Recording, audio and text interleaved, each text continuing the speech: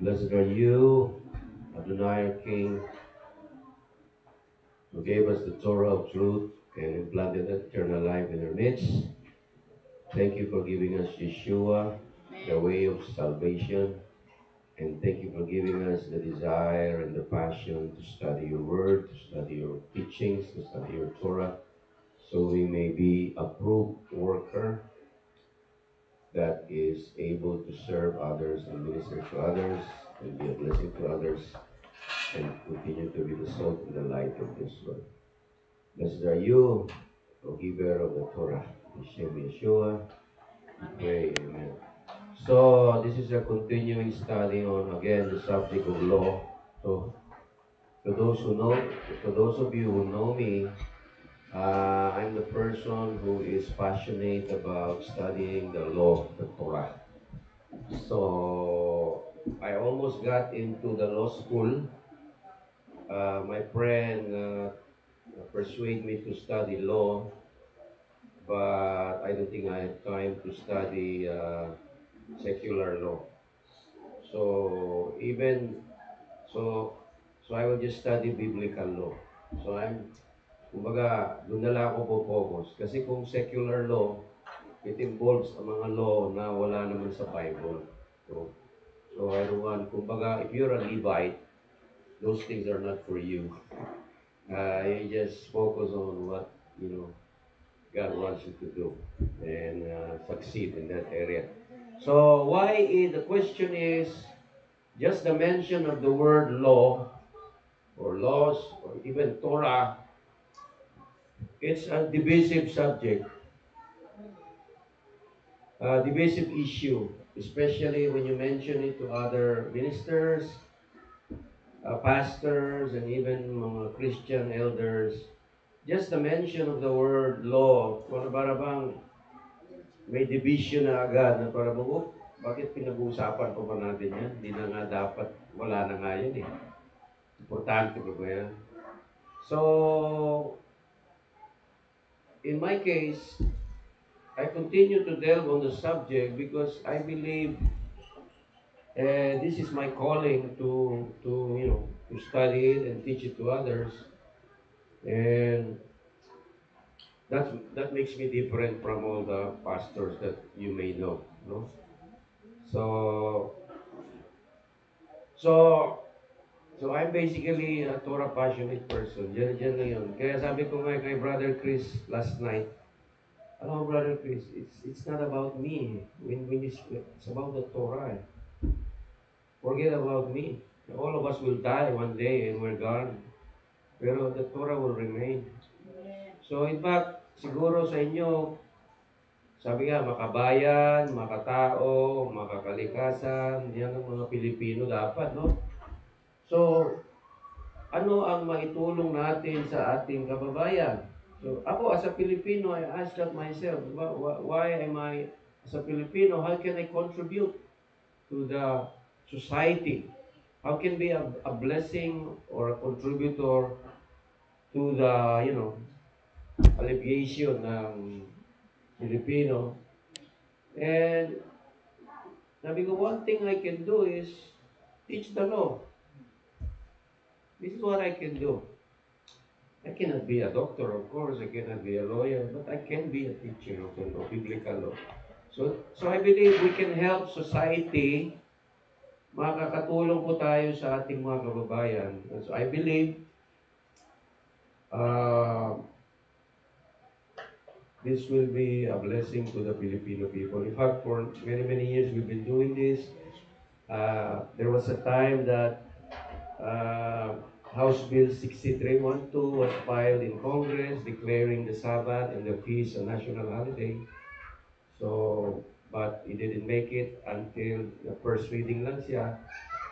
So, in fact, just this morning, I had a good idea. Sabi ko, araw ng kagitingan, April 9. Sabi ko, okay. Kontakin ko si Atty. Belica. Sabi ko, why don't we have a seminar together with Joseph Dumo, the three of us? Kasi may audience na siya eh. May audience na rin tayo. So, just an idea, no? But anyway, back to our topic. So, the subject of law. To the Jewish people, the law is called the Torah. It means guidance, teachings, and instructions. The commands in the Torah are given to teach and disciple, to discipline their daily habits. So teaching, no? Can you say teaching? Alam nyo ba na yung word teaching comes from the word disciple? In Hebrew, disciple is called talmid. Talmid. From the root word lamad, which means to learn, to teach, and to become a student. So, a disciple is actually a student, a learner, and eventually he will become a teacher. So, the concept of Torah is the same. No? So, pwede ka ba maging disciple kung hindi ka mag-aral?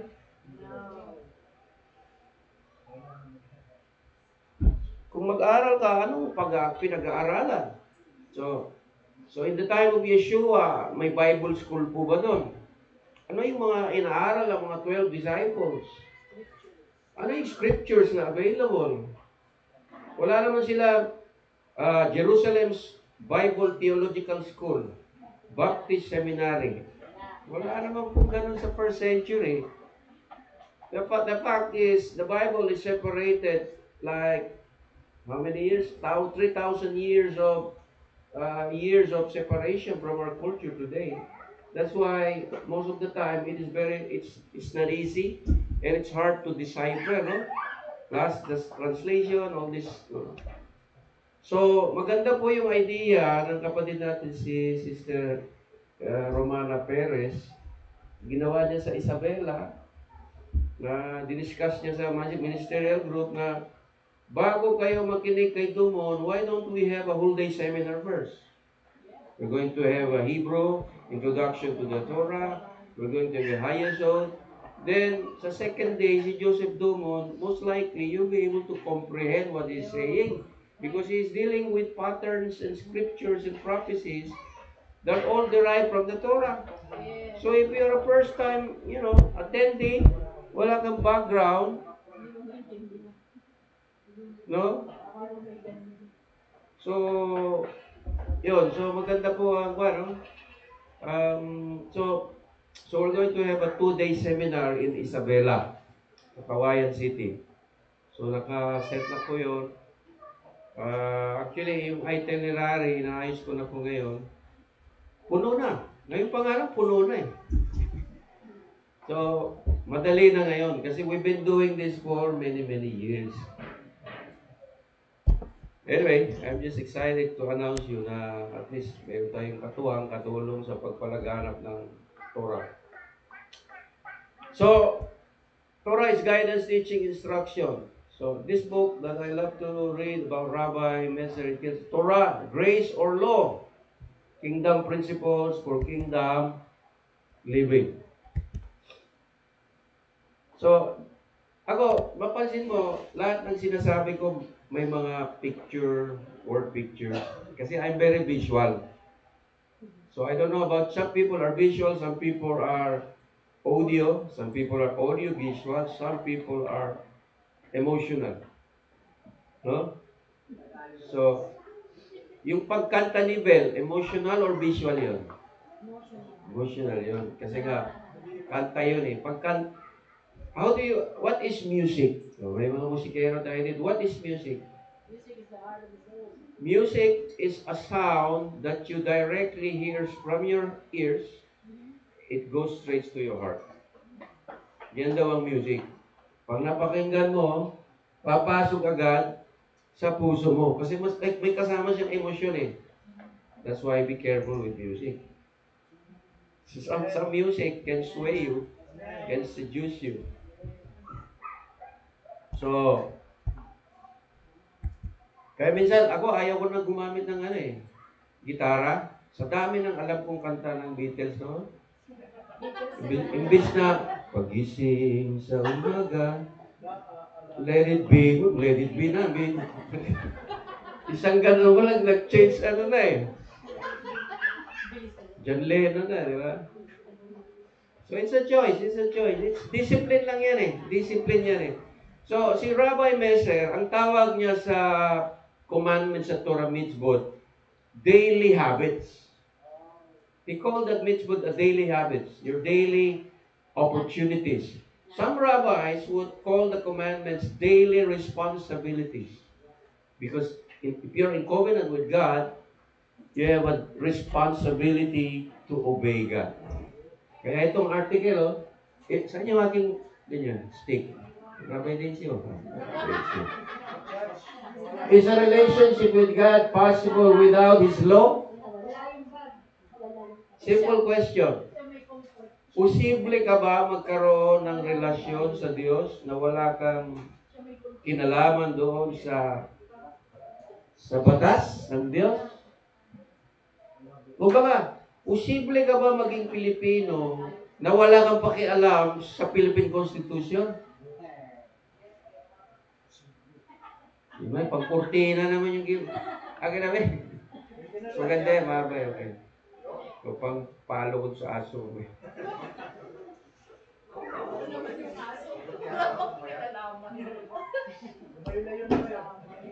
Anyway, ito. Ay, meron pala ito, yung ano. Anyway, so actually, introduction lang to. Ito yung topic natin na first part of the series, no? Torah, Law, and Grace, no? What WWJD. Alam na natin, sabi nga ng Christianity, what would Jesus do? He will just obey His Father's commandments. Diba? So, what did Yeshua fulfill? If Yeshua fulfilled the law, how did He fulfill it? So, a basic question though. John 5:47. Grabe yung energy ng batang to. Pigilan niyo ito, Marvin. Yung lalaki, na-istorbo na po ako. Pag ganyan sila, nagtakbo ko dyan. Hindi na po maganda. Naintindihan natin, ganyan din tayo noon. Baka mas makulit pa nga dyan eh. Kaya lang, oras ng pag-aaral, we cannot afford to, disturb our study. Nakakahiya po sa Panginoon. If you don't believe in what Moses wrote, how can you believe my words? Sinabi ni Yeshua yan sa John 5:46.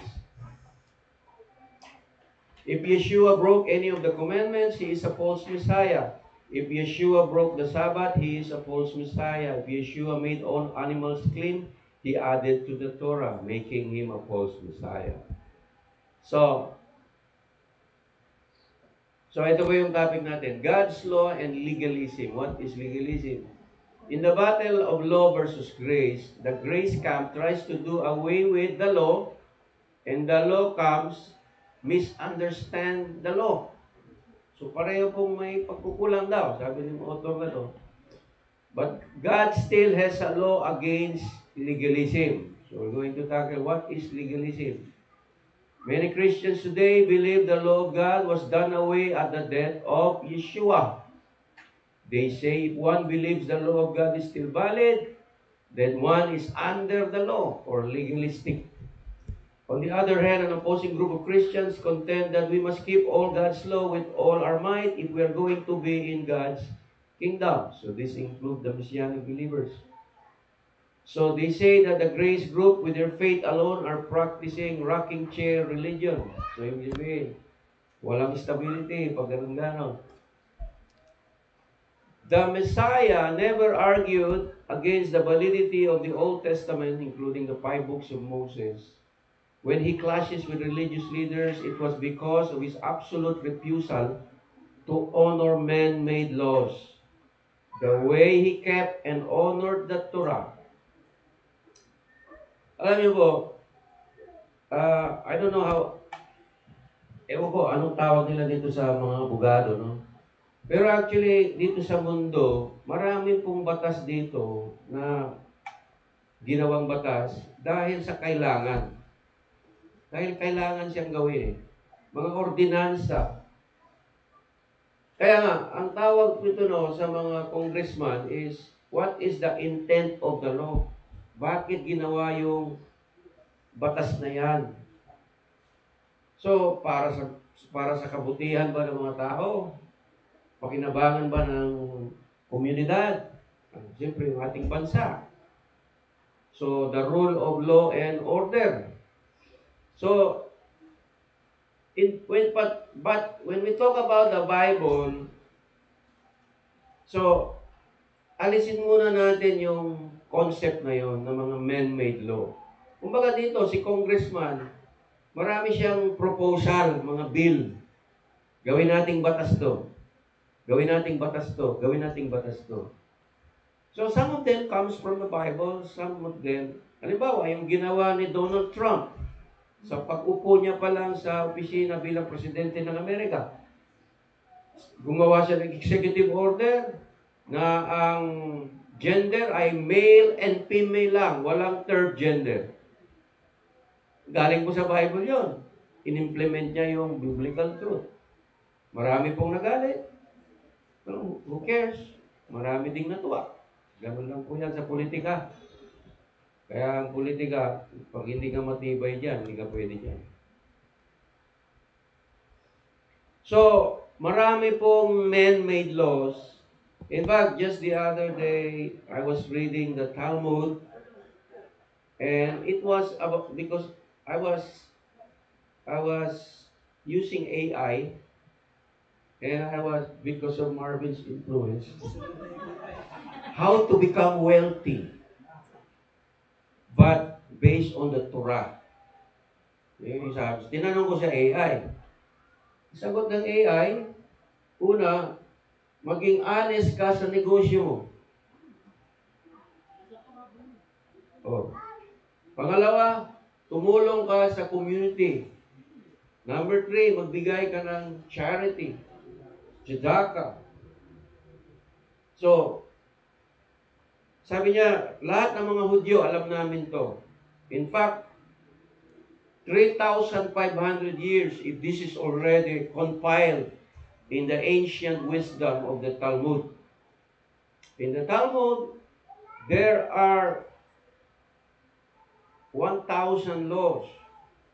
And there are many oral laws, mga discussion about the commandments, and mga stories, and mga parables and riddles. And so I was convinced that indeed, sabi nga niyang author, the Jewish people has something to contribute to the world when it comes to ancient wisdom. Sabi niya, the Talmud now is translated in Korean and Japanese and Chinese. Because some Chinese are interested in mga Talmud. Ibig sabihin, Talmud is the oral interpretation of the 613 commandments. Dinidiscuss din doon in details. And mga examples. It was compiled over 500 years. Parang encyclopedia ng Torah yun. Although inside of those oral traditions of the interpretation of the commandments, marami din po doon mga dagdag, mga dinagdagan na ng nila in their desire to obey. Kumbaga, sabi nga nila doon, you guard the commandments, keep the commandments, and guard the commandments. If you try to keep the commandments without guarding it, you might not be able to keep it properly. You might be surprised. What is the least commandment in the Torah? Of course, we know love your neighbor as yourself. One of the least commandments in the Torah is love your animals. Sino dito may dog, may pusa? Ha? Sino dito nagagalit pag yung pusa mo, inaakyat yung kusina mo? Ha? Gusto mong sipain. Pero naalala mo yung commandment eh. Love your animal. Kung wala lang Torah, sige pa ko na ito eh. Ha? Sabi ng mga rabbi, kung mag-alaga ka man lang ng pagkain, ng hayop, pakainin mo. Pero the truth is, kung hindi mo sila pakainin, kung kakain ka, sila ay gutom, istorbuhin ka niyan. So sabi ng Torah, if you want to keep these commandments, bago ka kumain, unahin mo na silang pakainin. Walang sinabi sa Torah na unahin mo silang pakainin. Sinabi lang ng Torah, Maging considerate ka sa mga kahayupan. Ha? Maging considerate. Pero sabi ng Rabbi, para masiguro mo na nakasunod ka talaga sa Torah, bago ka pagkakain, pakainin mo na sila. Di ba mahirap gawin yun? Di ba yung ulam ko, ibigay ko sa kanya? Dapat yung tira-tira lang ibigay ko, di ba? Ha? Pinagpa-fasting ko muna para makapasok sa kanin. Ha? Buti nga yung aso, nag-fasting ng 2 weeks eh. Buhay pa rin. Yan, topic natin. Legalism replaces God's law with men. So, yan yung legalism. Pag nagiging legalistic ka na doon sa, parang sinabi ko, Lawrence, pag hindi mo unahin pakainin yan, lagot ka sa akin. Yung mga pinapagalitan ko na siya ngayon, na naging legalistic na ako sa kanya, na siguraduhin mo, no? Parang gano'n. Aso lang naman yan, pusa lang naman yan. Ang dapat maging legalistic doon sa major commandments. Dapat, pag Shabbat, siguraduhin mo na wala ka ng business transaction. Di ba? Kumbaga, we follow the principle, I made this myself. Do not major the minor, do not minor the major. Ganyan ang principle ko. Pag major commandments, major yan, unahin mo yan, major yan eh. Pag light commandments, then do not major it. Para bang minor subject, major subject? Di ba? Pag engineering ka, ang major subject mo, math. Pag nursing ka, ano yung major subject? Commerce. Pag ang major subject ng political science, political science. Hindi. Ganun. Kumbaga, ano ba yung pinaka-importante? Kumbaga, Shabbat, pinaka-importante natin, don't miss it. Don't miss it. Don't ever miss it. Di ba? Alam mo, sa history ng Torah community natin, ako 19 years, may isang commandment, wala pang nakasunod kahit ako. Kahit sino. Kahit sino, sa nakita ko lang. Yung circumcision on the 8th day.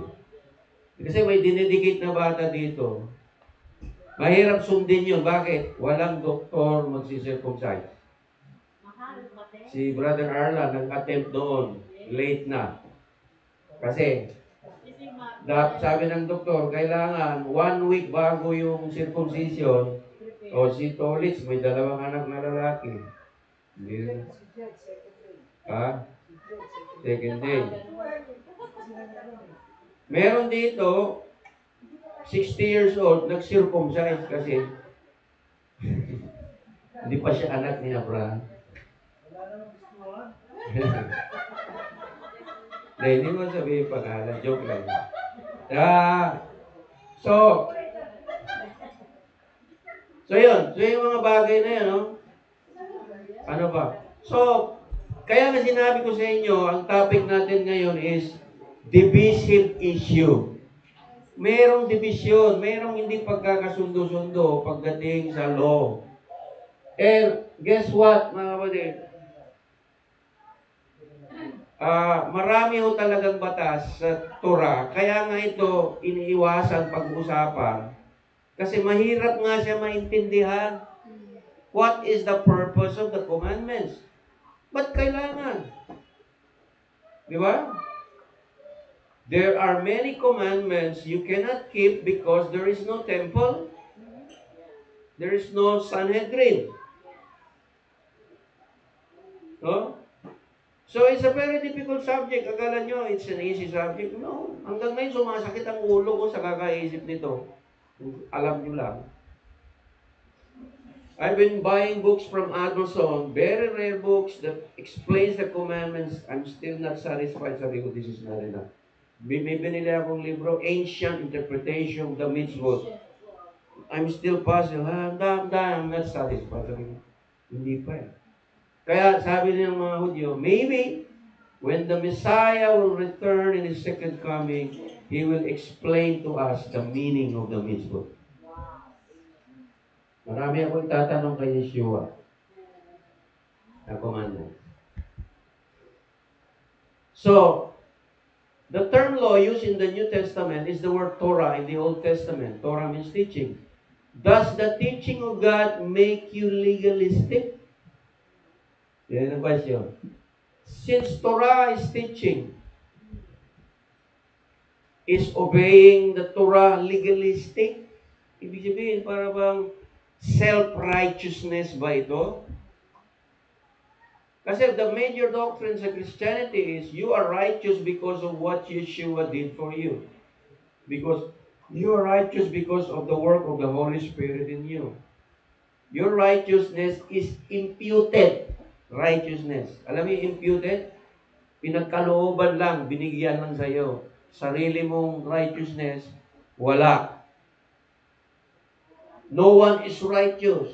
Everyone is like filthy rags. Wala nga bang righteous? Meron po. Maraming righteous. Noah was righteous and blameless. Enoch was righteous. Abraham was righteous. Job was righteous. Daniel was righteous. You were unrighteous before you came to God. But after you came to God and accept Him as Lord and Savior, you become righteous. So imputed righteousness yon. Pero after you receive Yeshua as Lord and Savior, attempting to obey the commandments, is it legalistic? Or are you just trying to improve your walk with God? So Christian main theology is, doesn't matter anymore. It's the law of the Spirit. Si Brother Jeremiah, nag-aaral sa Bible School. Tinanong sa kanya, sabi sa kanya ng pastor niya, i-graduate mo yung Bible School ha. Kailangan mo ipasayan. Pag-ministry ka. Sabi niya, pag nag-ministry na, anong mangyari? Bahala na ang Holy Spirit sa iyo. Yan ang masarap, hindi maganda. Kasi bahala na. Anong bahala na? Wala naman sa Biblia, bahala na eh. Kaya nga, pag pumasok ang Torah, the Torah, yun yung discipline. Pinag-usapan natin yung Yetzer Hara, no? Yung Yetzer Hatov. Yun yung discipline. And bear in mind, God created us to have free will. So what is legalism? Is an attempt to be or become righteous by doing God's law in one's own strength. So if this is the case, all of these Orthodox Jews are legalistic because they do not read Yeshua and they do not have the Holy Spirit. Legalistic ba yung mga Orthodox Jew? Bakit pinagpapala ang mga Orthodox Jew? I think yung son-in-law ni Donald Trump is an Orthodox Jew. No? So,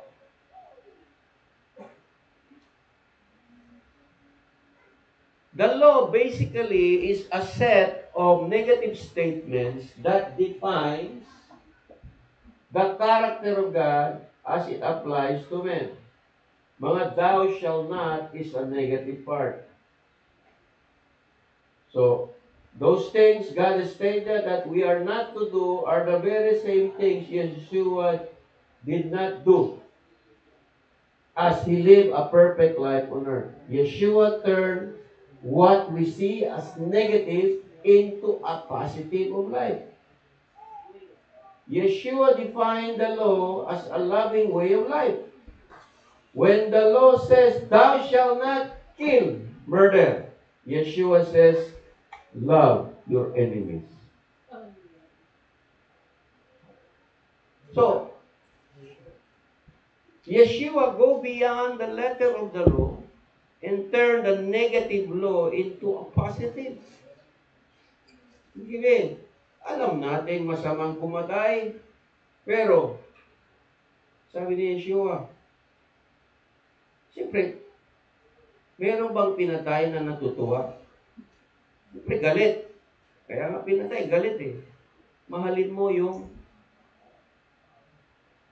kaway mo. It's a radical teaching. Napakahirap po gawin yun. In fact, meron sinabi sa Torah, an eye for an eye, a tooth for a tooth. So, nakita mo, is Yeshua legalistic? Oh, he knows the real intent of the law. What is the summarization of all the Torah? To love God and love other people.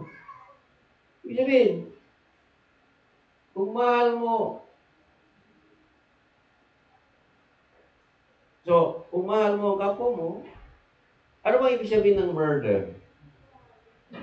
Ito yung, may sikreto yan, yung parallelism of the commandment. Ano ki Elohim? Lo tirtsak. Nakita mo, 5 commandments dito, 5 commandments dito. Nakaparallel yan eh. No? So sabi nila, mayroon na ibig sabihin yung parallelism na yan. Yung murder, ano ba yung murder? I don't want you to exist anymore. So pag sinabi ni Yeshua, I am Yahweh Elohim, ano ibig sabihin nun? Remember that I exist. So how do you murder Yahweh? Mga atheists, they did do that. We don't believe that you exist at all. So they're committing murder. Because murder is do not exist. You don't have the right to exist anymore. So, tapos, ito, no idolatry. Lo taasin. Number 3. Saka yung kabiliya, lo tignop. Do not commit adultery. What is adultery? Worshipping, cohabiting with a wife that belongs to another, a woman that is an exclusive property of his husband, becomes non-exclusive. Yun ang adultery. Ano yung idolatry? Loving other God. Ibig sabihin, I'm no longer exclusive to Yahweh. I have other gods that I worship. May parallelism ba? Okay. Yung 4th commandment, keep the Shabbat. Keep the Shabbat. Do not bear false witness. So, ang sabihin, ano yung witness? What is the Sabbath? If you happen to read Exodus 31, verse 31, heaven and earth will be my witness. This is a sign between you and me as a witness. The Sabbath. Sa kabila, in regards to men-to-men relationship, do not bear false witness against your neighbor. So, ano yung sabihin ito? The one who does not keep the Sabbath is a false witness. Does it make sense? Ano lang yan? Explanation ng isang rabbi, about the parallel of the 10 Commandments. Kasi dalawa daw yung tablets na hawak. So, men-to-men relationship. So, these are statement of Yeshua in John 15:12, John 15:17, Romans 13:8, 1 Peter 1:22, 1 John 3:11. It's all about loving. This is my commandment that you love one another. You love one another. Oh, accept nothing. To love one another. Love one another. Love one another. So ano yung love? Love is the fulfillment of the law. Actually, maririnig nyo po sa YouTube, mga well-known TV evangelists nagtuturo about the Ten Commandments, they will say, the Ten Commandments is reduced into two. To love your neighbor as yourself. Sabi ni Yumaong Eli Soriano, kung wala, ang 10 utos ay ginawa na lang 2, at ito ay mahalin mo na lang yung kapwa. So love na lang, wala na yung 10 utos. Kung may pag-ibig ka, ay napulpil mo na yung 10 utos. Totoo po yun. Pero, hindi po nawawala ang 10 utos. Bakit? The essence of the commandments, yung intent of the law, the spirit of the law. Ano yung spirit of the law? Love. Kaya lang, hindi mo lubos maisip kung ano yung spirit of the law kung wala kang law. Ang masaklap doon, dinidisregard yung knowledge of the law. Knowledge of the law is sin. Kumbaga, kumbaga, kumbaga sabihin, kung may 4-story na building, ang humahawak sa first floor ng building ay ang pundasyon.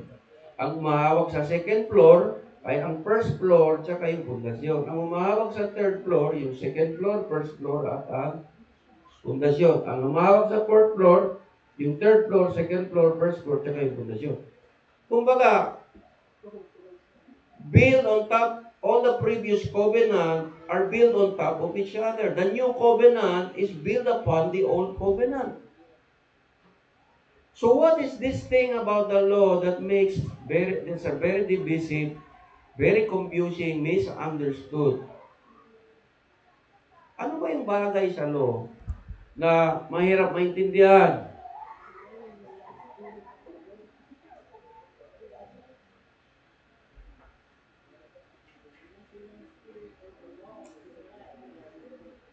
Bakit?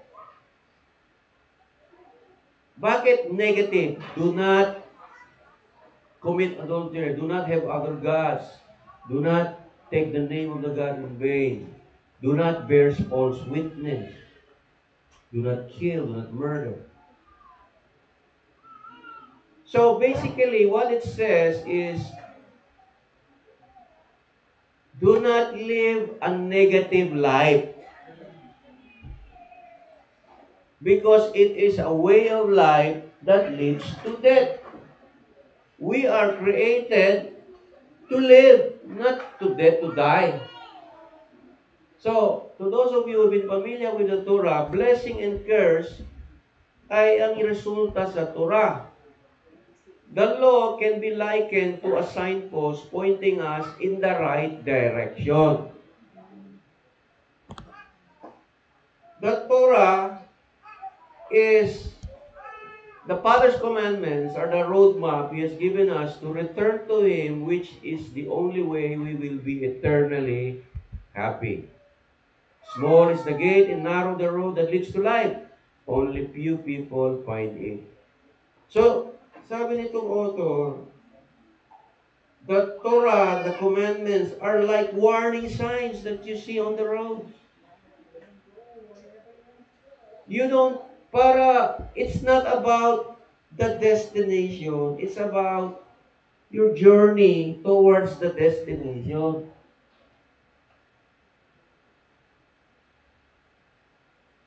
Kaya, example, dietary law. It's not about salvation. Sinabi mo sa Bible, you are saved. If you eat pork, you cannot be saved. No. Salvation is through faith in Yeshua. His life, His death, and resurrection is our living hope. Salvation is exclusive by the power of the Holy Spirit through Yeshua. Maliwanag po, Christianity would all agree. But why do you have dietary law? Kasi, sabi ko nga sa pag nag-seminar ako sa mga pastor, kaya medyo mild lang yung dating, no? The dietary law is not about salvation. It's not about going to heaven. But you can go to heaven faster if you avoid these commandments. Kasi, kumbaga, alam mo, pupunta ka sa Baguio. Ilang oras ang biyahe sa Baguio? Standard, 6 na oras. Kung kaskasero ka, gawin mong 4 na oras. Wow. I-ignore mo tong mga warning signs. Tendency, makaka-aksidente ka. Mararating mo ba ba yung destinasyon mo? Hindi. Matitikman mo ba ba yung malamig na hangin sa Baguio? Hindi. Nandun ka sa ospital, sa emergency room. Kasi hindi mo iningatan yung Signs. mga signposts, mga warning. Gusto kasi ng Diyos, sabi niya, I have come that you have life abundantly. Gusto niya ma-enjoy mo yung buhay mo to the fullest. Kaya lang, sadly, there are negative effects over society has been corrupt. Society, there's a lot of problem and sin. That if you're not careful, ano mangyari?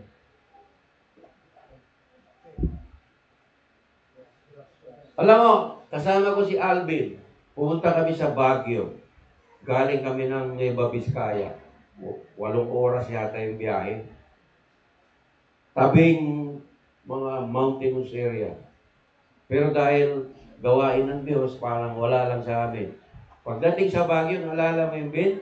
Pag ganun, kurbada yung mga kalsada, merong time yun na pag akyat mong ganun, very steep, mga 45 degrees, biglang kakanan ka na pag ganun. Hindi ko na alam gagawin ko sa clutch. Tumigil, matagal na akong driver. Kinotch ako ni Alvin. Ganito yung bro, hinahinay. Nawala ako sa timing sa pagmaneho dahil iba ang kalsada na Baguio. 45 degrees pa naman, kakanan ka. Mga within 3 meters, 4 meters, bigla na naman 45 degrees. Kung hindi ka veteranong driver, baguhan ka doon. Anong tawag mo doon? Ha? Talagang tumigil kami mga 5 minuto yata hindi kami nakaahon eh. No? Manual yung hawak ko na sasakyan, no? So, ito, school crossing. Pagkaskasero ka, na alam mo may eskwelahan, delikado yan. Oh. Nung isang araw, papunta kami sa Baguio, binalita ko ng maso, kasama ko. Sabi niya, dito na aksidente yung bayaw ko. Bali yung boto. Kalahating milyon ang ginastos nung nakabangga. Direct collision. Dito sa may Inarawan. Sabi ko, kaya pala. Mabiro mo yan?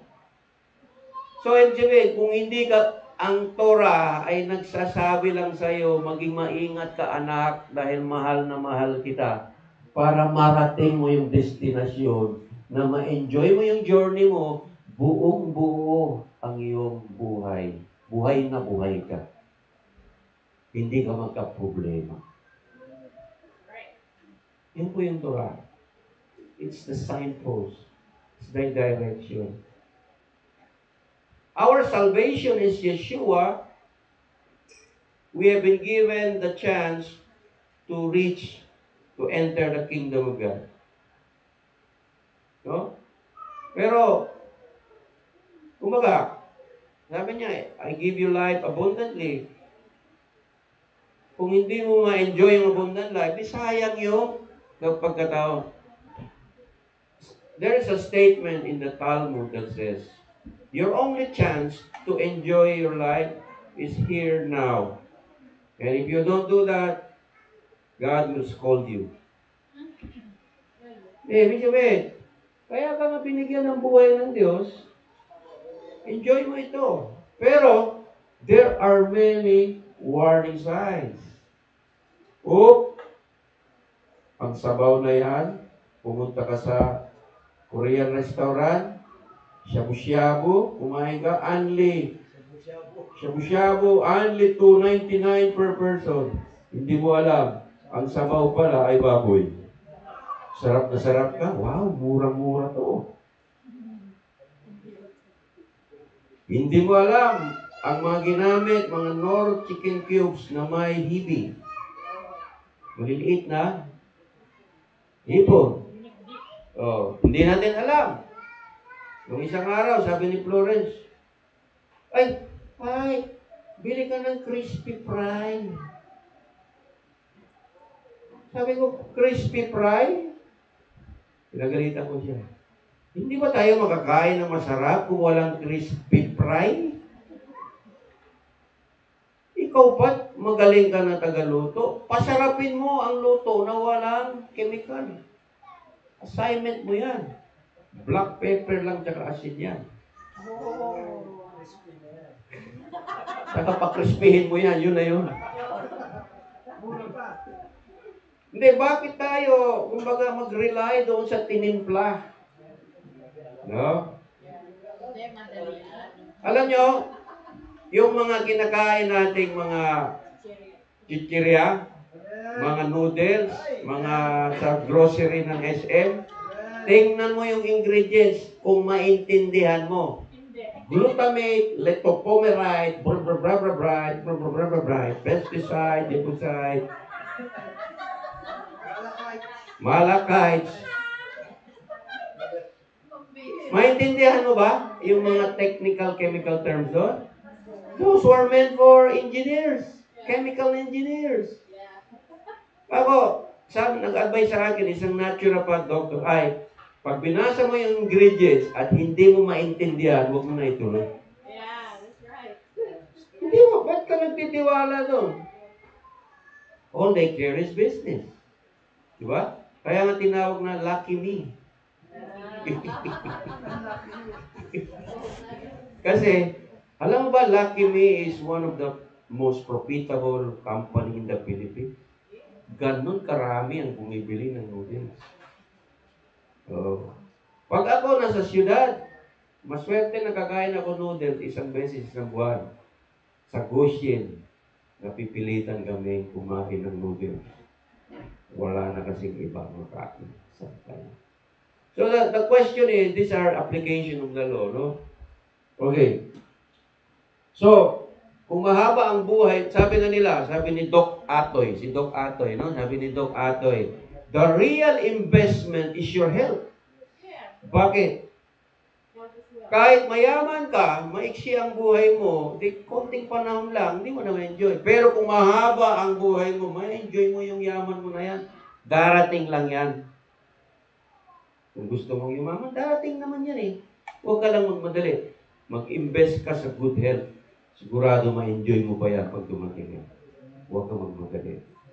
Sabi niya, tama. The best investment is your health. Kaya simula noon, hindi na ako nagmamadali. Sabi ko, tatanda. Sigurado tatanda ako. Pero at least, tatanda ako na good health. Diba? So, just imagine what I can do if I still have 20 years to teach the Torah and spread the Torah. Just imagine. Diba? Tatakbo na, kinukuha na nga akong kagawad eh.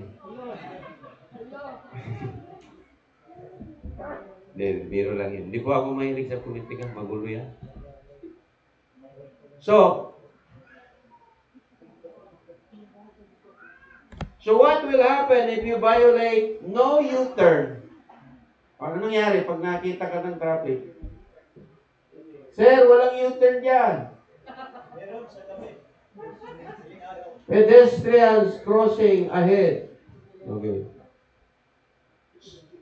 Okay, kung pumunta ka sa Baguio, falling rocks.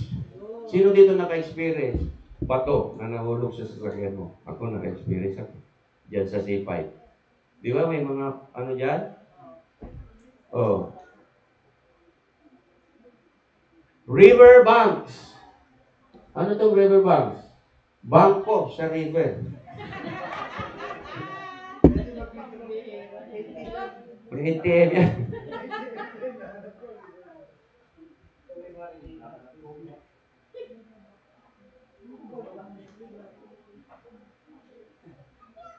O ito, railroad crossing.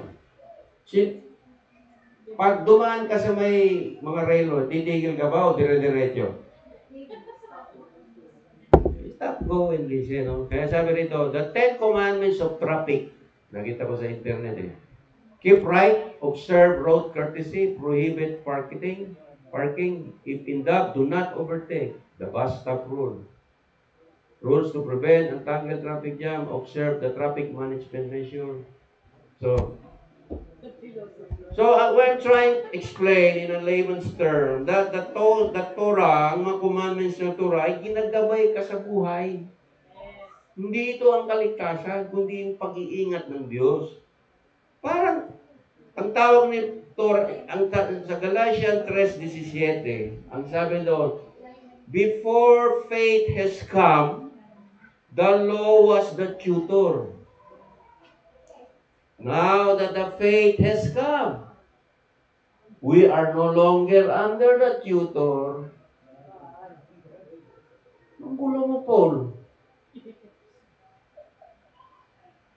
Bago daw dumating si Yeshua, nagsisilbing taga-akay, tagapag-ingat ng isang bata na papunta sa eskwela, ang law. Pero ngayon dumating na si Yeshua, hindi na daw tayo saklaw ng tutor, kundi nandito na tayo kay Yeshua. Very difficult verse to interpret. Kung hindi mo maintindihan, para bang, hindi wala ng law kasi nandito dumating na si Yeshua. Yay! Celebrate. Hindi po. Ang sinasabi lang niya, the Holy Spirit na yung tinatawag, the law of the Spirit of the Messiah. You are now empowered not by the written law, but by the law of the Spirit. Since you now have the Holy Spirit, the real guide now is not the letter of the law, but your life in the Spirit. Tama si Pablo. I agree. Kasi dati, nung wala kang Holy Spirit, masusunod mo ba yung Ten Commandments? Hindi. Ngayon, meron ka ng power to obey.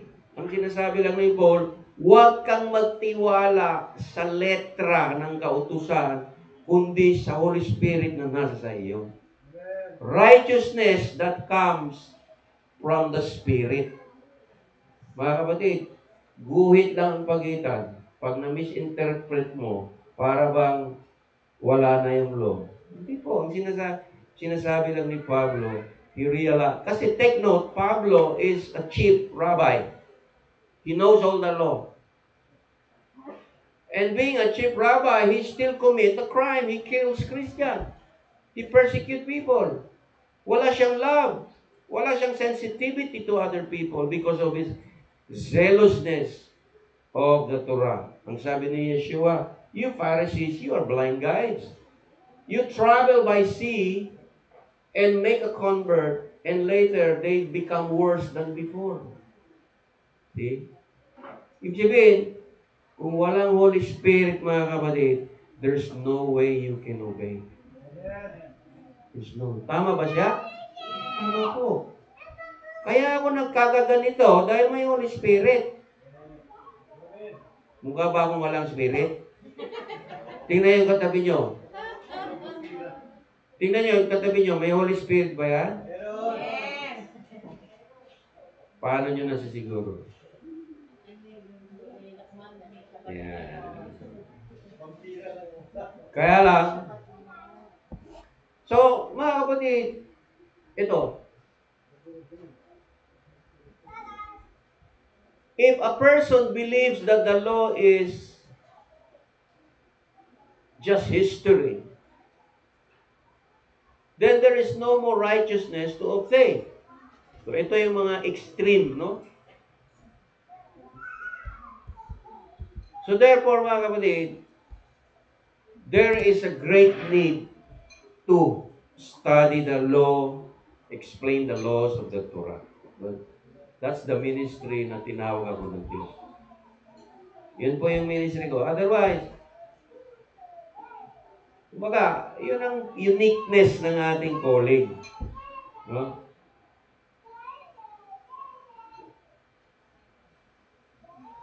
And we know that, sabi doon, that blessing, obedience brings blessing and life. Disobedience, rejecting the Torah becomes curses and death.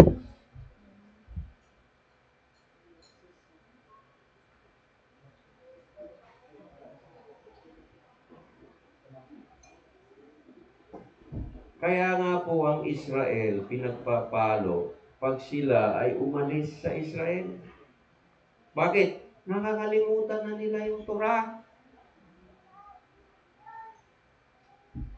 Because the Torah is the covenant between God's people and Him. Ngayon, marami na ng theological question. Pang-Israel lang yan, hindi ka namang Israel. Okay, sagutin natin yan, simple.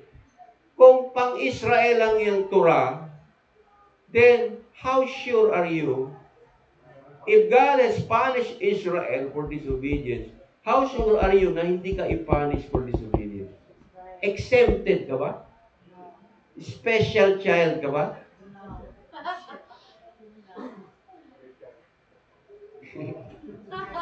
Special child. Exempted ka ba sa curse? No. Alam mo mga kapatid, sa panahon ngayon, ang curse sa akin, na-realize ko, ang bilis. Ang bilis ng curse, ang bilis din ng blessing.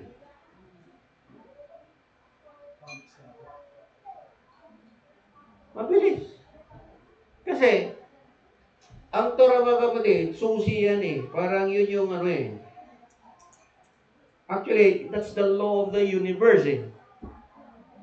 If you study science, physics, astronomy, all this science, physics, astronomy, biology, chemistry, what do you study? These are all laws. These are all laws. Kaya nga po, parang sabihin ng mga tao, yung batas ay huwag nyo nang pag-aralan. Kalokohan po yan. Parang sinasabi niya, gusto maging bobo, huwag ka mag-aaral ng batas. Ano ba inaaral mo sa eskwelahan? Biology.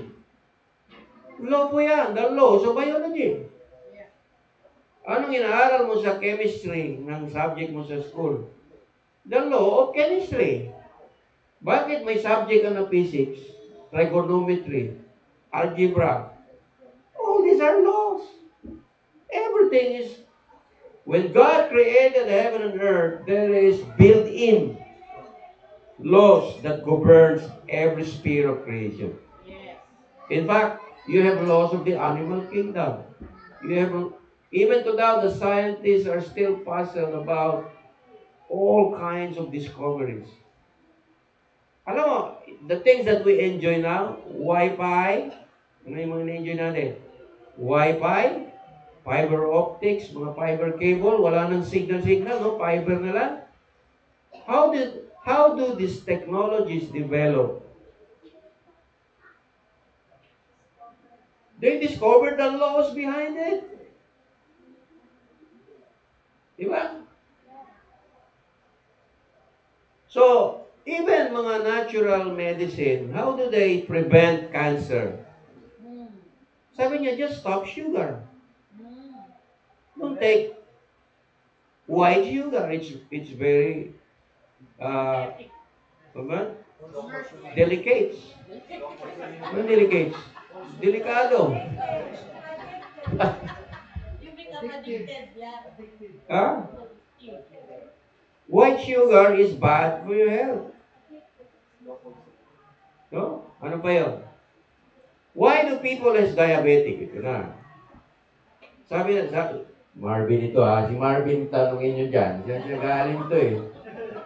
Because they take too much rice. White rice develops into sugar, glucose. So since Filipinos are fond of eating too much rice, we develop diabetic in our age na hindi pa dapat. Dessert. Kanin din. Oh, mommy.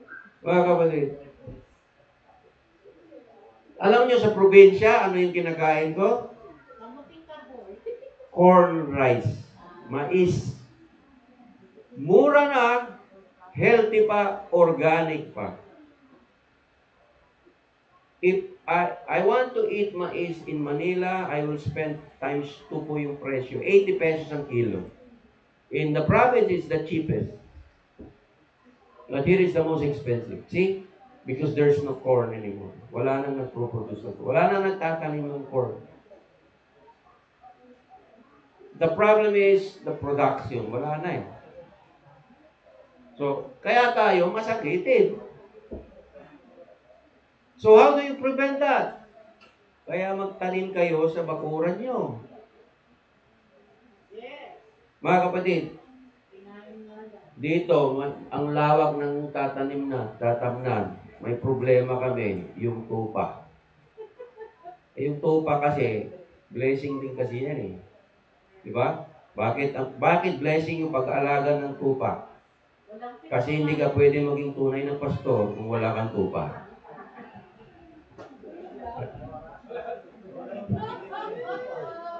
Di ba? Yeah. Ha?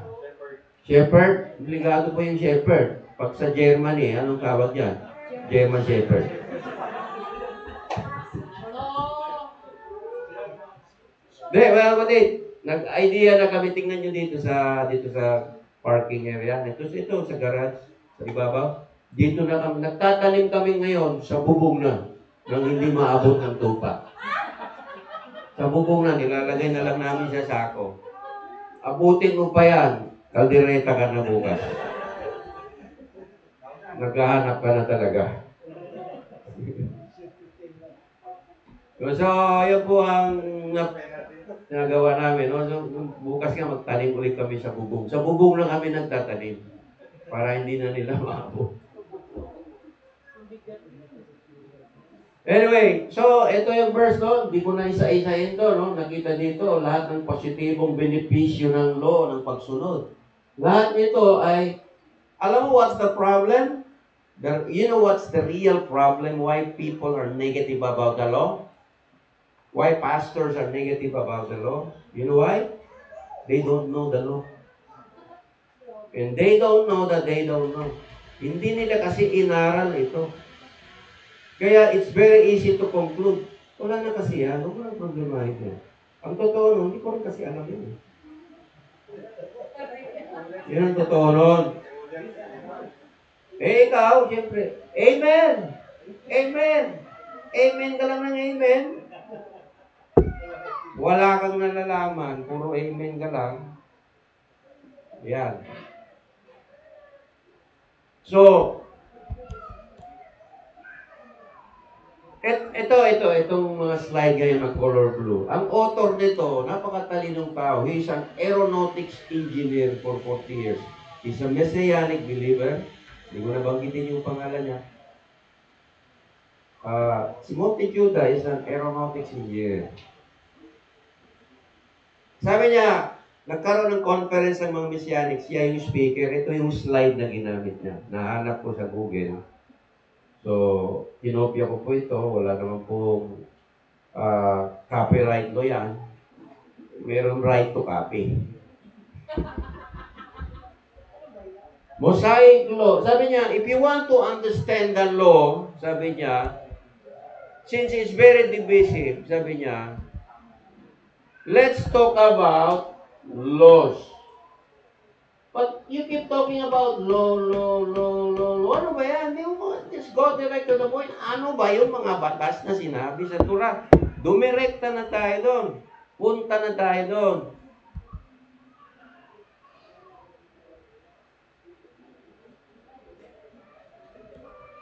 So, punta tayo doon. So, meron siyang term. Letter B is believer.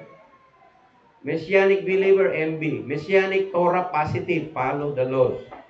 So, pag sinabing believer, naniniwala lang. Messianic believer, believer na Messianic. Messianic Torah positive, ito yung mga passionate na about the law. So basically, there are 48 positive commandments, laws. There are 365 negative commandments. Bakit negative?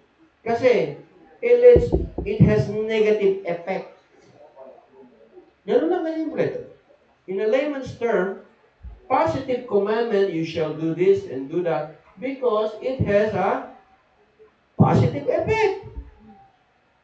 May mabuting epekto. Di ba? Yung wag mong gawin yan, masisira ang buhay mo. May masamang epekto. Ganun lang yan. Wag mong subukan. Wag mo na nga subukan eh. Huwag mong subukan, masisira ang buhay mo. Si David, nasira po yung buhay niya. Alam niyo ba? Dahil pinatay niya yung asawa ni Bathsheba para maangkin niya. Oh, nasira yung buhay niya. Sa bandang huli, nagkaroon maggulo yung pamilya niya, nag-away si Absalom. Gusto siyang patayin ng sarili niyang anak, na-rape yung anak niya. See? Epekto yun ng kanyang kasalanan. Namatay yung anak nila. Epekto po yun ng kasalanan.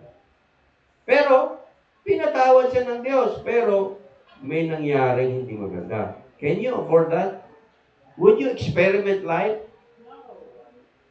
The Torah is telling you, huwag ka na mag-eksperimento kung alam mo naman, yan ang mangyayaring epekto sa gagawin mo. Kasi po, alam mo, ang eksperimento, common yan sa mga teenager.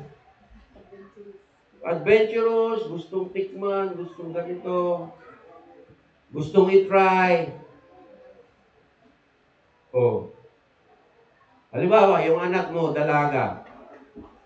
Gusto ko mag-try, mag-boyfriend. Oh, sige, pa-boyfriendin mo.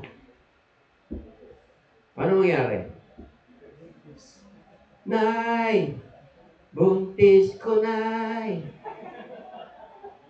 Ngayon, kasi ngayon, ang problema ka na ngayon, paano mo, kumbaga, you're creating problems na you could have prevented. Halimbawa, sabi ng Torah, huwag kayo mag-asawa ng hindi pareho pananampalataya. Ngayon, pinaasawa mo sa Hittites, sa Jebusites, sa Perizzites. Tingnan mo yung away sa Israel, hindi natigil. Yan po yung resulta na ginawa nila. Pinakita ng Diyos ang pinaka-blessing na nangyari sa buong history ng Israel. Pero pinakita rin sa Torah kung saan yung downfall ng kanyang mga leaders. So ngayon, these were written for us to learn.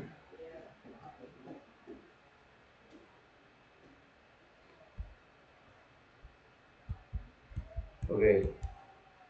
Ito na. Ito na yung mga talagang batas. Temple praise sacrifice, 92 laws. Dami. Gawin mo, huwag mong gawin. Government and judicial law, 61. Idolatry and the other nations, 559. Business and slaves, social, food, agriculture, ritual purity, festivals, God, family, wrong acts, vows, Torah, war. Binigay ng Diyos yan. Pwede mo bang sabihin? Wala nang kwenta yan.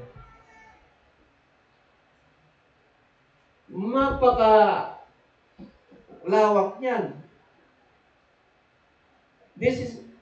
Tinanong ko sa AI, DeepSeek. Sa DeepSeek, itanong mo, the Torah, is Torah required in the kingdom? Ang sagot ng AI, the Torah is the national constitution of Israel.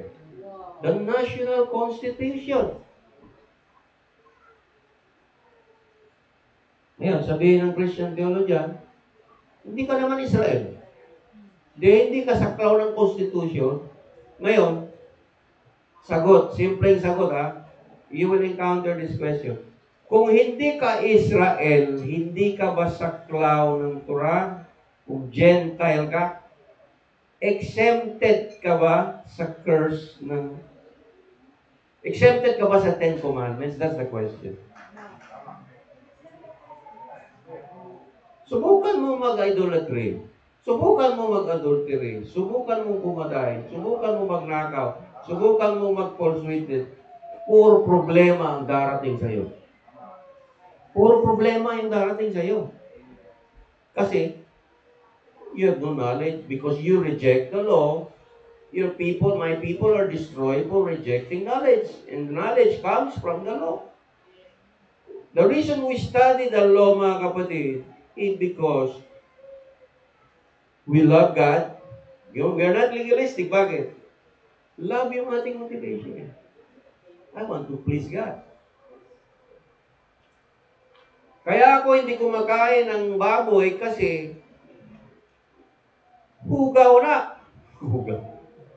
Marumi yan, sabi ng Bible eh. Ngayon, makakausap mo ba si Yeshua kung may lechon sa bibig mo? Hindi po. Uupo ba si Jesus sa'yo? Kung may isang lechon ka dyan, may apple pa sa bibig? Baboy kumain ng tapos. Nagkasalat sila. Business. Alam nyo ba, ang Torah may business law? Isa-isahin natin to in the future. Lahat yan isa-isahin natin. Ngayon, overview lang muna, no? Isa-isahin natin. Social law, agriculture law. One of the main production ng Pilipinas is agriculture.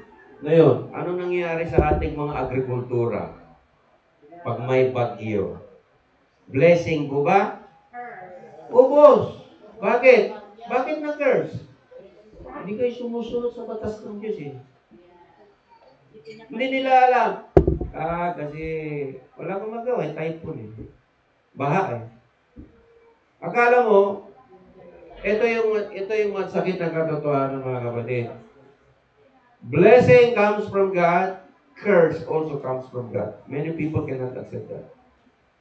It comes from the same God. If you read Deuteronomy 28, if you obey, I will bless you. If you disobey, I will curse you. Sino yung nag-bless? Siya. Sino yung nag-curse? Siya din. Bakit? Because you refuse to follow His ways. You refuse to follow His commandments. Refusal is actually stubbornness. Ang Bible calls that stiff-neck. Saka, if you don't obey God, and then you don't fear God. Kung hindi ka nag-obey, hindi wala kang takot sa Kanya. Kanino ka takot? Sa asawa mo. Gamay na ako. Membro ka ng takusa. Ano yung takusa? Samahan ng mga takot sa asawa. Alam mo, mayroon ako na-encounter na reels. Kasi mga motivational reels, nagpapalo ako eh. Sabi ng motivational reels, kung may problema kayo mag-asawa, huwag nyo na ilihim. Direkta nyo na. Kasi minsan lalo na yung lalaki, ayaw niya nang masaktan yung asawa niya, tatahimik na lang siya.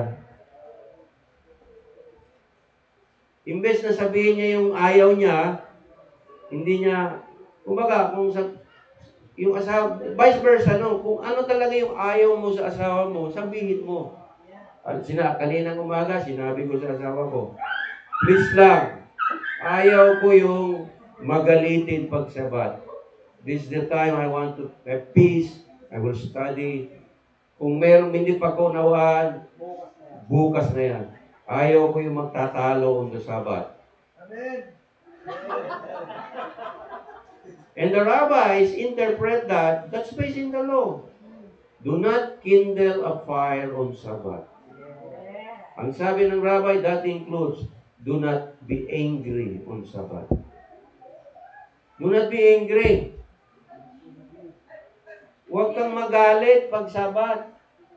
It's a time for you to refresh, to recharge, just to be at peace. Imagine mo yung 6 days, punong-puno ng struggle yung buhay mo. Ayusin mo yung problema. Shabbat is the only time to recharge, to unwind. Huwag mo na isipin yung problema mo pag Shabbat. God will give us the solution after you obey. Yes. Kasi if you don't, then you don't treat the Sabbath as holy. If Sabbath is like just like yesterday, Friday and Wednesday, then it's not holy anymore. It's not different anymore.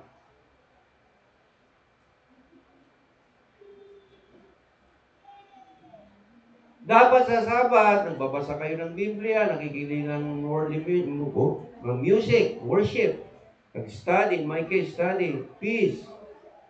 Wala na magtatalo.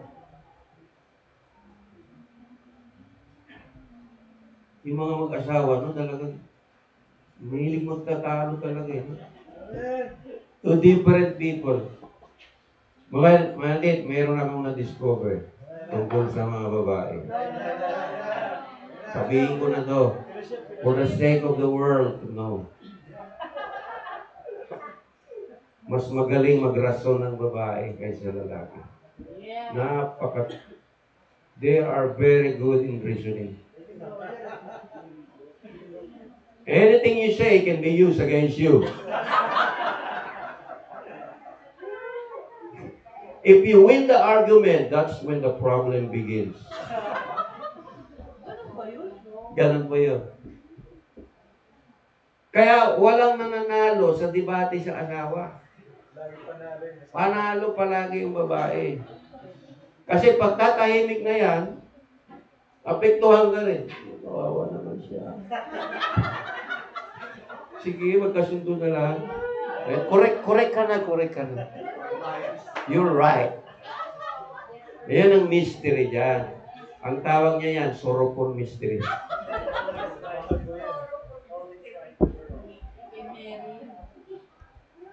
Family mga kapatid, sabi ko nga sa inyo, next to the Ten Commandments, what is the most important laws in the Torah? Take note family purity. Preservation of family. Make sure na yung mga anak nyo, Torah keeper. If it will start, saan? Diba? Sabi ng Torah, make sure mga anak mo Torah keeper. Ngayon, paano mo ma-prevent yan from, violating that?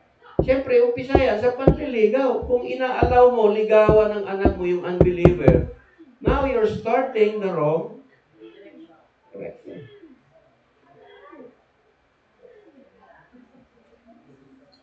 Well, yung anak ko, doktrinado na yan.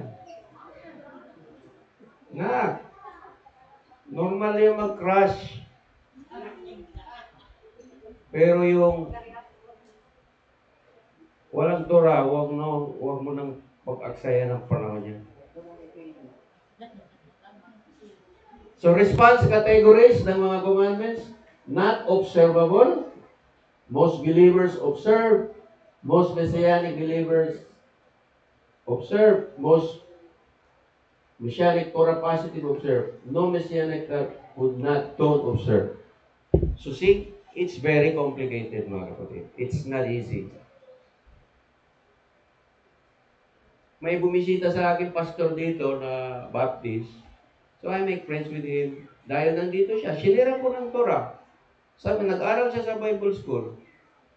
In the end, we came up with an agreement. Sabi niya, alam ko na Pastor Ike. Sabi niya, ang Torah will be restored in the millennial kingdom. Sabi ko, you're right. That's why we're preparing. You're right, Pastor. Parang sinasabi niya, sa ngayon, hindi masyado pang kailangan ang mga laws of the Torah kasi nga masyadong complicated na yan.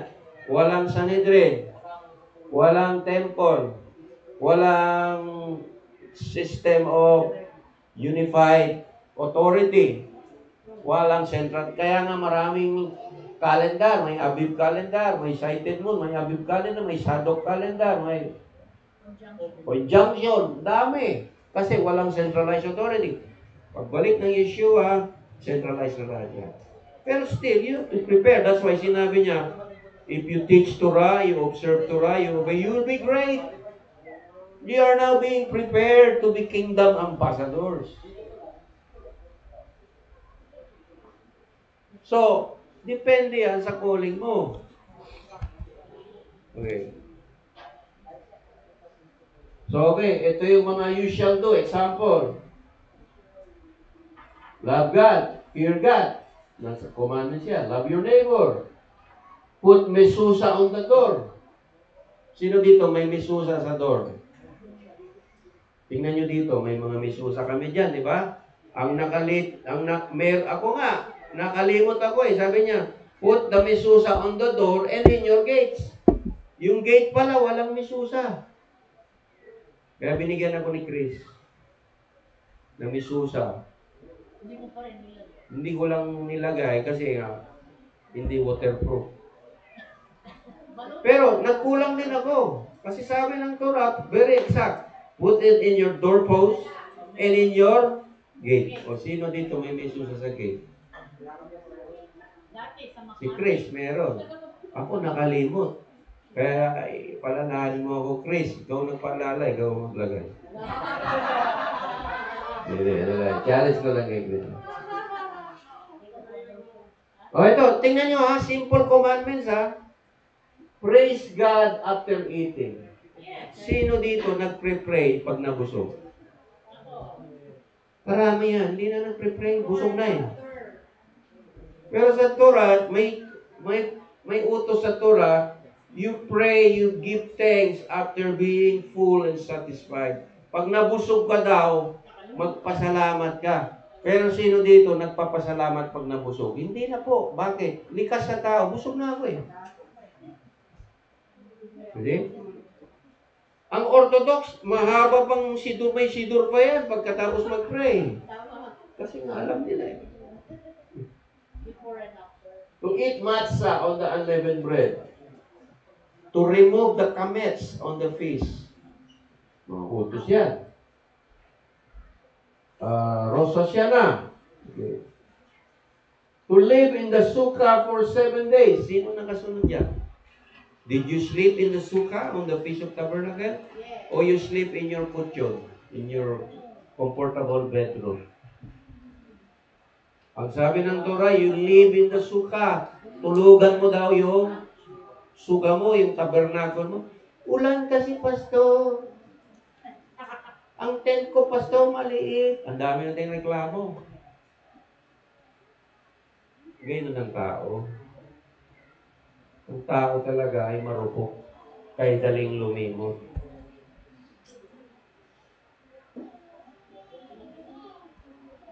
Patawarin yung mga may utang every 7 years. Sino dito nag-obey? Ayan na. Patawarin yung may utang every 7 years. Alam ko na yung gagawin ko. Uutang ako pag 6 years. Kalihin mo talaga.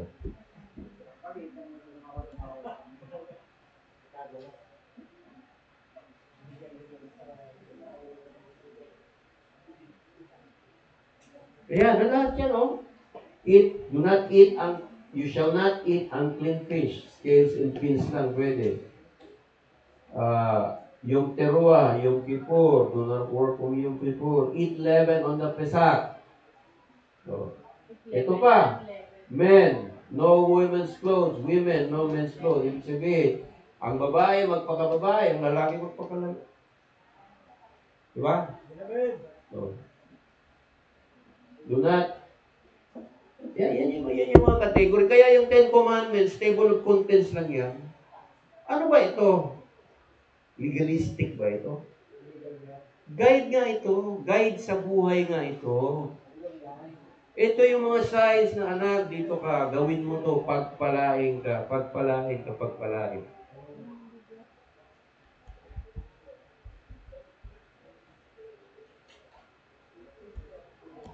Ito gusto kong sundin, mahirap gawin. Do not mix wool and linen. May scientific study yan. Kasi karamihan ng damit ngayon is polyester mixed with cotton. Kaya tingnan mo, pag pure cotton yung damit mo, preskong-presko ka. Pero pag mix, parang may, di ba? Why do they recommend yung mga hospital beds are made of linen? Because They have therapeutic properties. Bakit ang mga suot ng mga Levites ay linen? Bawal sila magsuot ng ibang damit, kundi pure linen lang. See? There must be a reason. There must be a reason.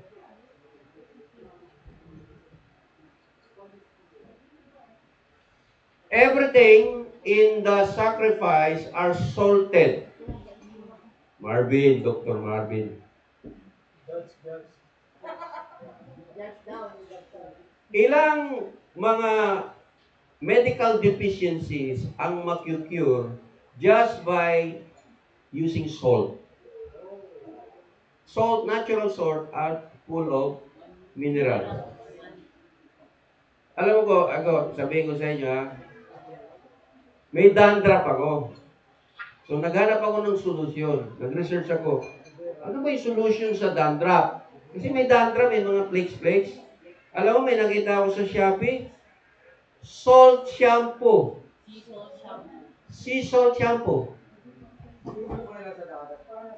Ha? Maligo sa dagat? Ano, mag-akot pa ako ng salt. Hindi, iba yung sea salt eh. Abroad, galing Ireland pa. Ireland social.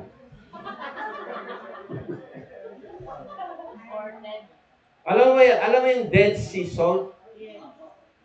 Okay. So, lahat ng sacrifice, animal sacrifice sa Torah ay may salt. There must be a reason. It drives mga langaw, mga flies, preservative, minerals. So, meron akong testimony sa inyo. Meron akong hyperacidity. Years ago, it becomes very worse na talaga yung hyperacidity ko. So, I suspect, sabi ng iba, baka kuha na yan. Ang tawag na dyan, GER ba yan? Gastroentero, something. Tapos meron sila heartburn na tinatawag. Naka-heartburn na ako. So, mga 5 years ago, pumunta ako sa doktor. Specialista siya. So, nagpa-check up ako sa doktor dahil sa heartburn, tsaka too much hyperacidity. Niresetahan ako, nagbayad ako ng 600 consultation fee. Niresetahan ako ng doktor ng omeprazole, 40 milligrams. Omeprazole is, pipigilan niya yung sometime glands dyan na mag-produce ng acid.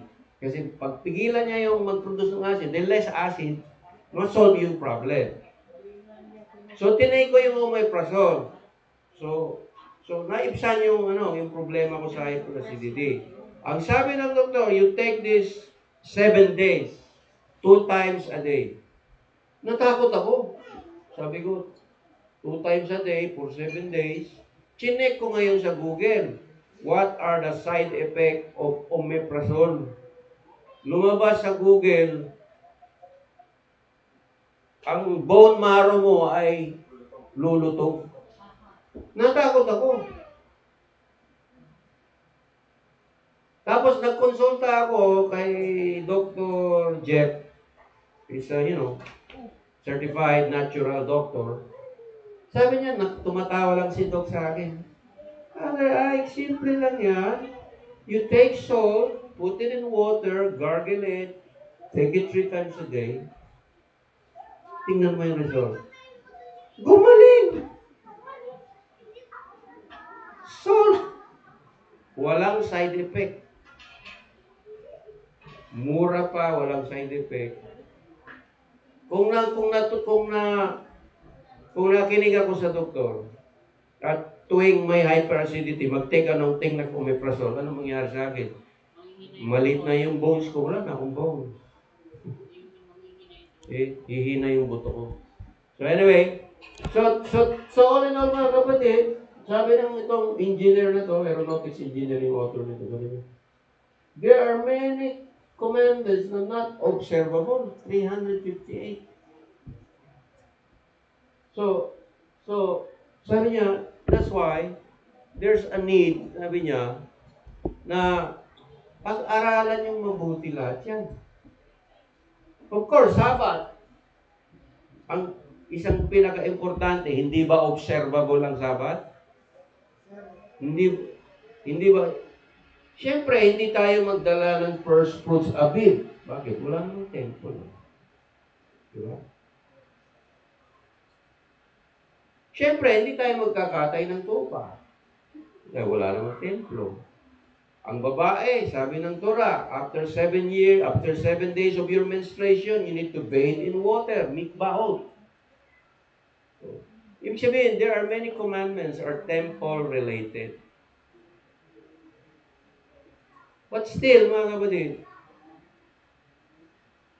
what keeps me interested in studying these laws is, you know why? Future.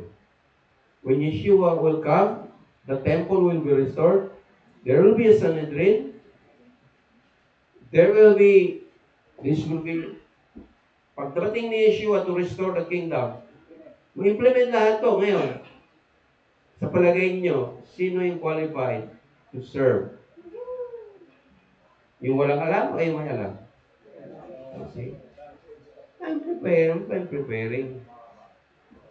In fact, sa book of Isaiah, sabi niya, I will take some of you from the islands of the sea, those that are not my people, I will make you a priest. Ibig sabihin, marunong ka. Kaya, ang Diyos na nag-ordain sa iyo, gawin kitang Levite. So, yun po kaya nga ang topic natin, divisive issue po ang law. Di ba? Sabi na it's a divisive issue. Kaya sabi ng author na to, study the laws. Mga kapatid, tingnan ba? Kung may problema ka, sino yung una dapat mong konsultahin? Abogado. Abogado. Kaya maswerte ka kung may kaibigan kang abogado. Ako, kung may problema ako, sinisend ko yung mga dokumento sa kaibigan kong abogado, i-advise niya ako. That saved me a lot of time, effort, and money. So sabi ko, attorney, may lupa kaming nabili doon, ganito, mura lang, ganito yung setup. Ako na ang gagawa ng paperless, attorney. Turuan mo lang ako ng format, ayos na. Bakit? Kung hindi ako marunong, magbabayad ako ng 15,000. Yung maliit na papel na gano'n, na notaryado ng attorney, no, judicial affidavit, 15,000 ang ibabayad ko sa abogado. Ngayon, dahil may konting alam ako sa real estate, as a broker, ako na yung gagawa ng papeles, description, lahat. Hindi na ako magbabayad ng 15,000. 1,000 na lang. Ilan yung nasave ko? Ang laki ng nasave ko. Bakit? May alam. Kung wala kang alam, mahal naman ang attorney. Mahal talaga. Yun ang knowledge na sinasabi.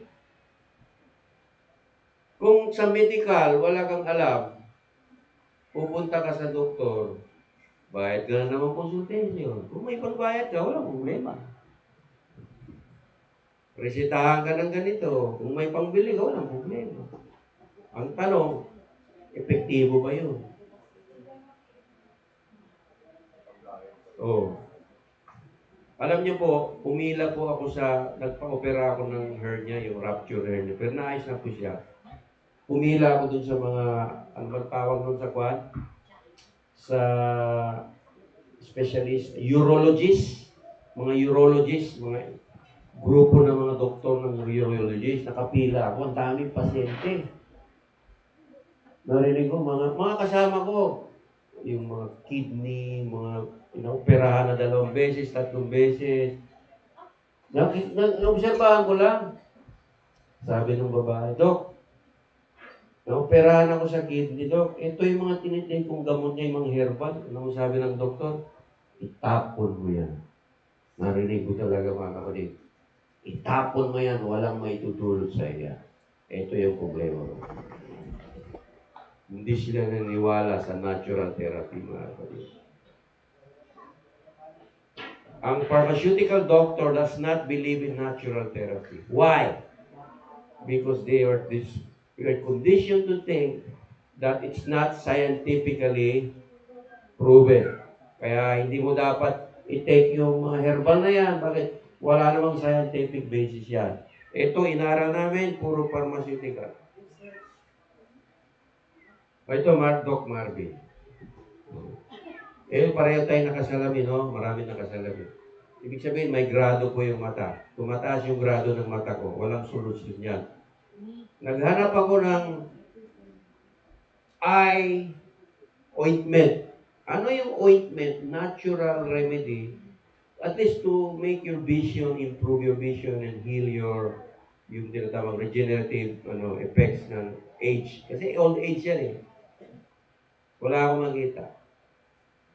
Ngayon, may kaibigan akong ophthalmologist taga San Mateo Rizal. Si Dr. John Catalunan. May opisina siya he is one of the ophthalmologists dito sa Pilipinas. Si Doc John, inintroduce ko yung Hebrew language sa kanya, tuwang-tuwa siya sa akin. Tinanong ko, Doc, anong bang eye lubricant na pwede kong gamitin? Minsan dry yung mata ko. May recommend ka bang herbal? Ang sagot niya sa akin, no herbal, only pharmaceutical grade. Ito yung bilhin mo ay. So, nagdadalawang isip ako. Wala akong makita ang herbal ointment for the eyes.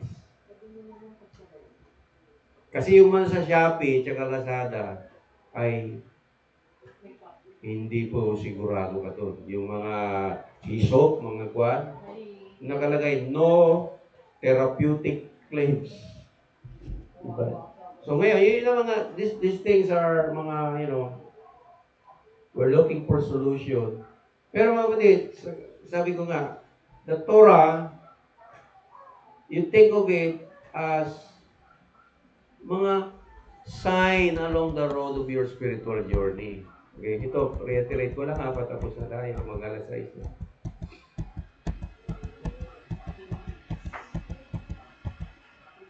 The Father's commandments are the roadmap He has given us to return to Him, which is the only way we will be eternally happy. Yeah. So the destination is the kingdom of God. It's not heaven. Yan. Tingnan niyo po. Ang Christianity believes the destination is heaven. Ang Messianic Torah positive believer believes entering the kingdom, which is the new heaven and the new earth here on earth. Ngayon, that's where the Torah becomes relevant. Ang Christianity does not study the law. Ano yung destination nila? Langit. Bakit? Wala ka nang iisipin din. Nandun ka na sa kayaran Diyos. Ano pa nang problemahin mo? So may message ako kay Pastor. Pastor, kung sa langit ka pupunta, wala ka ng tithes in offering. Sa langit, wala nang tithes in offering. Naisip ko yun eh. Kung pastor ka, hindi ka naniniwala sa commandments, di huwag ka na mag-tithes in offering. Kasi ang tithes in offering, galing yan sa commandments. So mga kapatid, halimbawa, tithes in offering, pinag-usapan na rin natin. Ano bang purpose niyan? Is to remove the covetousness. Di ba? Do not covet. It's to remove the spirit of greed sa tao. Subukan mo yung nagbibigay ka, ang gaan ng pakiramdam mo. Lalo yung nagbigay ka sa mahirap, lalo yung nagbigay ka sa nangangailangan, na wala kang iniisip na kapalit, ang sarap ng pakiramdam mo. Para bang something, it brings life to your bone marrows. So, you see, the destination is the promised land. The destination is entering the kingdom of Yeshua when He returns. These commandments in the Torah are the signs, warning signs, positive signs. Anak, dito ka, iwasan mo yan, magulo yan. Diba? Gawin mo to, mapayapa ang buhay mo. Pinapipili ka eh. It's a way of life. It's discipline.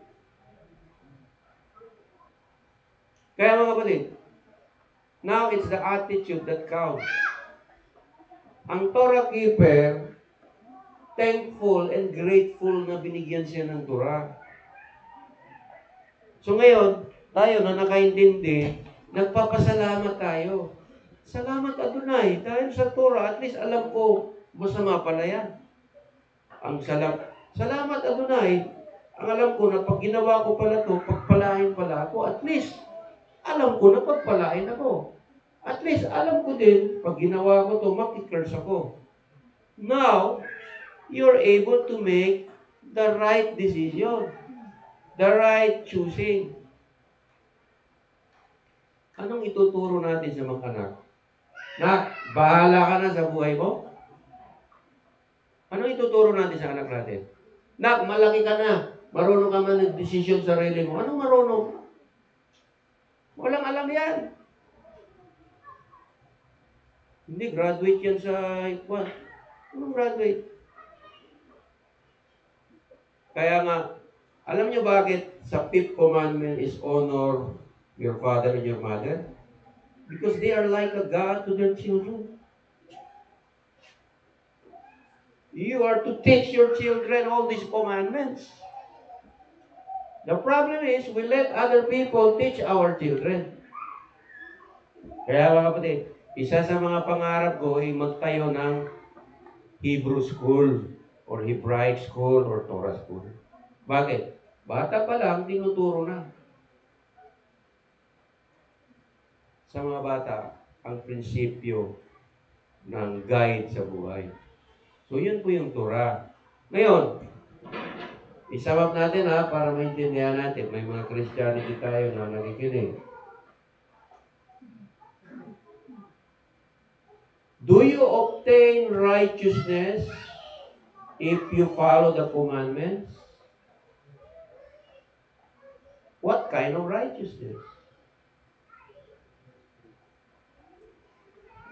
Baruch ata Adonai Eloheinu melech haolam asher kiditsyanu v'mitzvotav. Yan ang prayer ng mga Hudyo. Blessed are you, Yahweh our God, King of the universe, who sanctify us with your commandments. Alam mo yung sanctify? Make holy. Ang resulta ng pag-obey sa commandments is holiness. Holy, kakaiba ka sa harapan ng Diyos. Hindi ka na ordinary.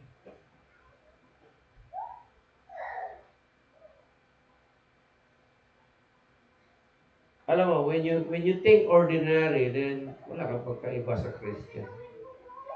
Kasi po, sa tabernacle, dalawa po yung holy. Yung tabernacle is holy, the Levites are holy. The common Israelites are the common people. Ang common people, hanggang outer court ka lang. Yung holy people, hanggang holy place ka. Yung pinaka-holy, hanggang holy ka. Saan ang gusto mo? You want to be ordinary? Sige, nasa iyo yan eh. Kasi may nagtanong sa akin, na nagpa-advise sa akin, brother, ganito yung ginawa ni ganito, ganyan. Sabi ko, anong magawa natin? Ganon siya ordinaryo siyang tao Ma-expect mo ba na ang buhay niya ay mas kagalang-galang? Ang gusto niya yung kagulong-gulong?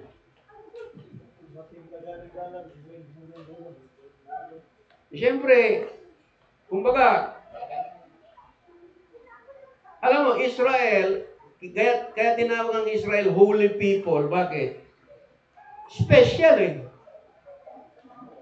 Alam mo, mga kapatid, alam niyo what motivates me to study Torah and teach Torah? Una, bilang isang Pilipino, mga kapatid, mababa po ang tingin sa atin ng mga dayuhan. Lalo na yung mga puti. Totoo yan, hindi? Ngayon, Dahil alam nila mahirap lang ang karamihan ng mga Pilipino, hindi katulad nila, mararangya ang buhay. Oh. Well-known fact yan. Paano tayo respetuhin ng mga ibang dayuhan?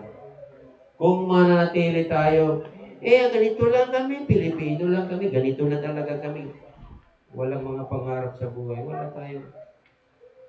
I'm proud to say, mga kapatid, you can become somebody. If you know the Torah, you can even teach these people. Alam mo, sa Jerusalem, pumunta kami sa 2010, 2 buwan lang sa Jerusalem. Paikot-ikot, dami kong kasama, Amerikano, German, mga European. Nagsama-sama kami lahat. Sabi ng kaibigan, "Hey guys, you want to learn Hebrew?" "Yeah, everybody." Lahat sila, "Yes, we want to learn Hebrew." "Who will teach us?" "Filipino, brother ay." Tahimik lahat. Walang umimik. Bakit? Filipino lang to eh. Pero, walang kahit isa sa kanila marunong. Yung Pilipino marunong. See? You can be somebody. You can be somebody that they will respect. At least, from a biblical standpoint. Pag pumunta dito yung mga Amerikano, mga kung sino man, pagdating sa Torah, pakita natin sa kanila, marunong din kami niyan. Marunong din kami niyan. Kagalang-galang din kami sa harapan ng Diyos. We are special people. Hindi lang kami pili na Pino pa. We can be proud as a Filipino. At least from the Torah standpoint, di ba? Amen? Shabbat Shalom. Naka-record yan mga kapatid. I-upload ko sa YouTube yan.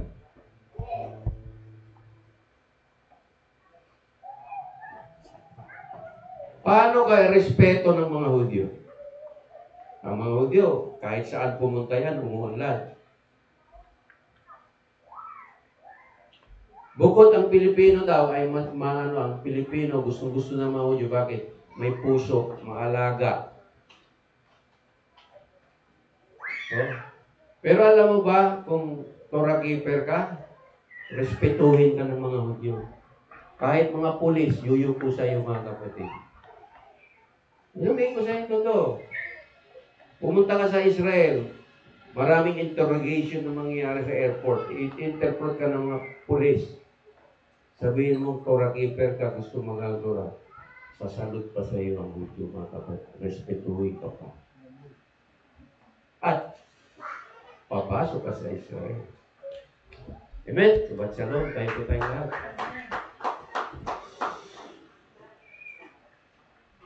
So, again, Torah, divisive issue.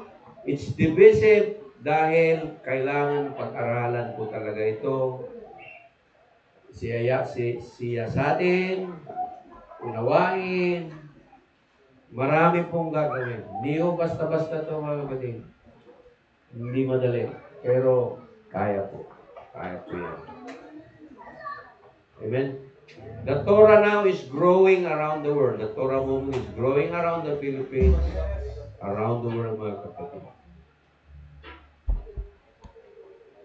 Thank you, Adonai. Thank you for giving us the Torah of truth, through the Savior Yeshua Mashiach, through the power of the Lord of us. Amen and amen.